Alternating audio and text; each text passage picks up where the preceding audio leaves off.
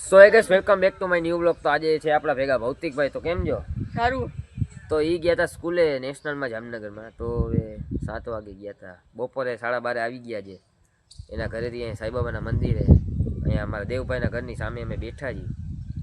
તો હવે 4 વાગે ટ્યુશન જવાના છે. પાછા કઈ છૂટશો? 7 વાગે. 7 વાગે પાછા અહીંયા આવશે આપણા ભેગા બેઠવા. પછી રમશું કંઈક. ઠંડી છે તો તાપડું બાપડું કરશું. તો હવે ગાઈસ આપણી સામે ઊભા છે અભિભાઈ. એ નવરા નથી, અત્યારે બેઠા છે ખાલી. પછી જવાના છે જોબમાં. હમણાં 3 વાગશે એટલે વયા જશે. પછી નવરા જ નહીં થાય, રાતે 12 વાગે જ આવશે સીધા. તો ગાઈસ હવે અભિભાઈને તમે જોઈ લીધા. હવે આ ભૌતિકભાઈ નવા આવ્યા છે બ્લોગમાં. મેં તમને પહેલાંય કીધું તો જોઈ શકો છો આપણે ભૌતિકભાઈને. કેમ છે ભાઈ? સારું હાઈલા રાખે. આ એવા જો ગાઈસ બહુ મસ્તી કરે છે અને દેવભાઈ ઘણી જ છે. દેવભાઈથી ને વધારે મસ્તી કરે છે. આ તો પાતો ગારું બારું કાંઈ આમાં બોલાય નહીં ને, કોપીરાઇટ આવે એટલે અમે નથી બોલતા. તો હવે તમને એક સુંદર વ્યૂ દેખાડું. અહીંયા ભૌતિકભાઈ આપણા ભેગા આવી ગયા. આપણી પાછળ છે નદી, તમે જોઈ શકો છો.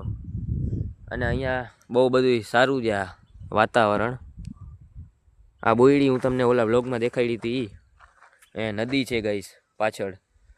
આ ઝાડવું ઉપર જોરદાર જે લીમડાનું છાંયો દે છે જોરદાર. નદીમાં થોડુંક પાણી ઘટી ગયું છે, પહેલાં બહુ હતું. અહીંયા અમે પહેલાં બેસતા. તો હવે ગાઈસ એટલું બધું બોલવાનું તો મન નથી થતું, પણ વ્લોગ બનાવો એટલે બોલવું તો પડે નહીં ભૌતિકભાઈ? તો ભૌતિકભાઈ તમે કેટલામાં ભણો છો? 9. કઈ સ્કૂલમાં? હા કાંઈ તો ખબર છે, નેશનલ. તો હવે આગળ શું વિચાર છે કરવાનું? બીકોમ. તો હવે અત્યારે અમે કેમાં એનસીસીમાં છો? તો એમાં તમને પ્રેક્ટિસ કંઈ કરાવે છે? તો ભાઈ આ એનસીસીમાં છે. આની બોડી હાઈટ બધી તમે જોઈ શકો છો. તો એનો ઋતબો એવડો મોટો આમ થઈ ગયો છે કે એને કરવું જ છે ને, વિચારી લીધું છે ને. ગાઈસ અમે આવી ગયા હતા પાછલા ભાગમાં. એ બધા વાં બેઠા છે અને આગળ હું ને ભૌતિકભાઈ. તો હવે આ પાછલો ભાગ અમારા માટે બહુ સારો છે, કારણ કે અહીંયા હવા ઉજાસ ને બહુ હોય છે. અત્યારે તો શિયાળાનો સમય હાલે છે એટલે ઠંડની બહુ જરૂર નથી એવી બધી. આ ઝાડવા ને એ બધા બહુ અહીંયા ઉનાળામાં સાથ દે છે અમારો. અમે એને પાણી પાઈ છીએ રોજ એટલે કંઈક. પછી અહીંયા બહુ નારિયેળીના ઝાડ છે કેટલા બધા પાછળના ભાગમાં. સામે સાઈબાબાનું મંદિર છે. દર વખતે ઝાડવા આડા આવી જાય. એક દી સ્પેશિયલ સાઈબાબાના મંદિરનો આખો વ્લોગ બનાવીશ અને તમને દેખાડીશ. તો હવે ગાઈસ અહીંયા બહુ મજા આવે એવું વાતાવરણ છે. અહીંયા બહુ મજા આવે છે. અને ઓલા અભિભાઈ, નૈતિકભાઈ, કૃપાલભાઈ ને એ બધા તો આગળ બેઠા છે, ફ્રી ફાયર રમે છે ગેમ. અમે અહીંયા પાછળ હાઈલાવ્યા છે. એ બહુ અવાજ કરતા હતા અને બધું બોલતા હતા. એટલે અહીંયા સામેના ઘર પણ જોરદાર બન્યા છે ગાઈસ. આ પહેલાં નહોતા અમે જ્યારે અહીંયા રહેતા ત્યારે. અત્યારે નવા નવા બન્યા છે. તમે જોઈ શકો છો કેવા સરસ છે.